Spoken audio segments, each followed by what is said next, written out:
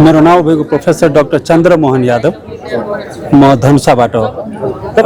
नेपाली कांग्रेसका सुपुत्र हुनुहुन्छ। Yeah, that's fine. त्यसै अब पहिलो पटक संसद प्रवेश गर्दै हुनुहुन्छ। No, this is second time. दोस्रो पटक हुनुहुन्छ। अब संसदमा यहाँको भूमिका कस्तो रहन्छ? This is a very big question. I don't know. I mean, ये एकै शब्दमा त भन्न मिल्दैन, but then I will try to be positive.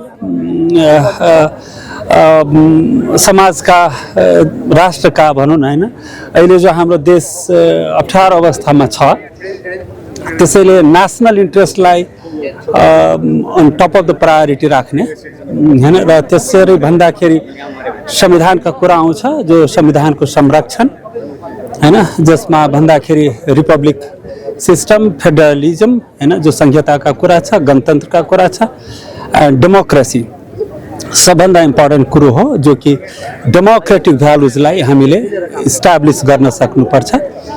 र जो हाम्रा नेपाली नागरिकले, समाजले मलाई जो यो राजनीतिक यात्रामा जो सहयोग गर्नुभएको छ, म माथि विश्वास गर्नुभएको छ, अहिलेसम्म मलाई लाग्छ मैले उहाँहरूको विश्वासलाई धरोहरको रूपमा राख्नुपर्छ र कुनै हालतमा वहाँ या कुनै अवस्थामा पनि मैले उहाँहरूको विश्वासलाई भनौँ जोगाउनु पर्छ, विश्वासघात गर्नु हुँदैन। तपाईँले एउटा आरोप के छ भनेदेखि, जस्तो यो नातावाद चाहिँ कायमै भयो, हाबी नै भयो, तपाईँ पूर्व राष्ट्रपतिको सुपुत्र हुनुको नाताले चाहिँ अहिले समानुपातिकमा पर्नुभयो भन्ने खालको चाहिँ आलोचना पनि आउँछ, कता कता सामाजिक सञ्जालतिर त्यस्तो देखिन्छ। त्यसलाई यसरी भनौँ, अहिले मैले बुझ्दाखेरि जो कन्स्टिट्युसनले राइट दिएछ मलाई, म त्यही राइटको अन्तर्गत म यहाँसम्म आइपुग्या हो, त्यसैले त्यसमा कहीँ कन्फ्युजन हुनु हुँदैन। तर जहाँ नेपोटिजमको कुरा आउँछ, त्यसलाई कसरी डिफाइन गर्ने होला? मेरो पिताज्यूले, अब मेरो पिताज्यूको ठुलो नाउँ छ होला हैन, उहाँले यो राष्ट्रको लागि ठुलो योगदान गर्नुभएको छ, त्यसको लागि मलाई गौरव छ, तपाईहरुलाई पनि सायद गौरव होला। अब कसैको छोरै हुनमा कसैलाई आपत्ति छ भने त त्यो उहाँलाई सोध्नु पर्यो कि भाइ तपाईलाई आपत्ति किन छ? मलाई मेरो पिताजीले यो राष्ट्र प्रति जो योगदान देखाउनु भएको छ, जो भूमिका निर्वाह गर्नु भएको छ, त्यसमा म गौरव राख्दछु र म डाक्टर राम बननजीको छोरो हुनमा गौरव राख्दछु। अब यसलाई कसरी भन्ने, जसले तपाईहरुलाई सोधिरहेछ कि हैन यो नेपोटिजम हो, त्यो कुरा मलाई लाग्छ त्यो प्रश्न उहाँहरुलाई नै सोध्नु पर्यो। र केही कुरा आउँछ हैन, जसरी उहाँबाट म प्रभावित छु, यहाँहरु पनि धेरै मायनामा प्रभावित हुनुहुन्छ होला। अब नेपोटिजमका कुरा कि अब मेरोमा म सक्षम छैन आफ्नो ठाउँमा हैन, म भनौँ शिक्षित छैन हैन, मलाई कसैले धकेलेर यो ठाउँसम्म पुर्याएछ, तब त्यो कुराहरू आउँछ।